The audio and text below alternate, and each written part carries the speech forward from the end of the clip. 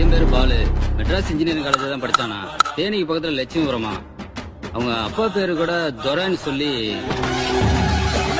என்ன சொல்றீங்க? எங்க வந்து என்ன பேசுறீங்க? தேனி கம்பம் போடி சுத்துப்பட்டி ஏரியாவில் அவங்க வச்சதே சட்டம், அவங்க வச்சது நியாயம். அவங்கள மீறி ஒன்றும் பண்ண முடியாதுங்க.